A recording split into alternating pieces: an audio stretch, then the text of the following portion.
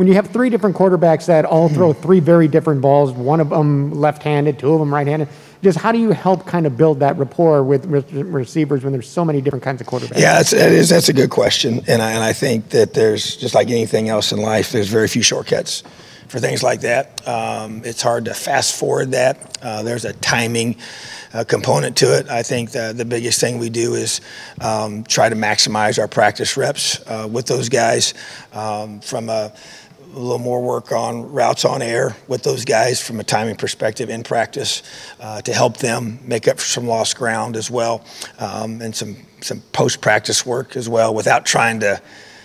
put too much on their legs, and that's, with some injuries we've had in that room, that's kind of become an issue as well. But at the same time, that's probably the way we've been best dealing with it, is the way that we practice, and trying to, because you don't have to have, be physical to get that timing down. And so those guys have been working really hard on those parts, and that's really become a major part of our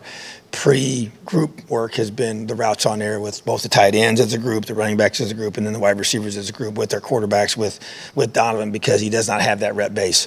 over the summer, even though he threw with him some, but very little, and no spring football with him. And as you said, even during fall camp, he wasn't a one or a two at that point, so got some reps, but very few reps, to be honest with you, with the ones for sure, so I think it's just something that we have had to modify in our preparation to get our guys, timed up, and even the game. I mean, the game reps become valuable, and I think that the last week's reps in the game become valuable for this next week to continue to help their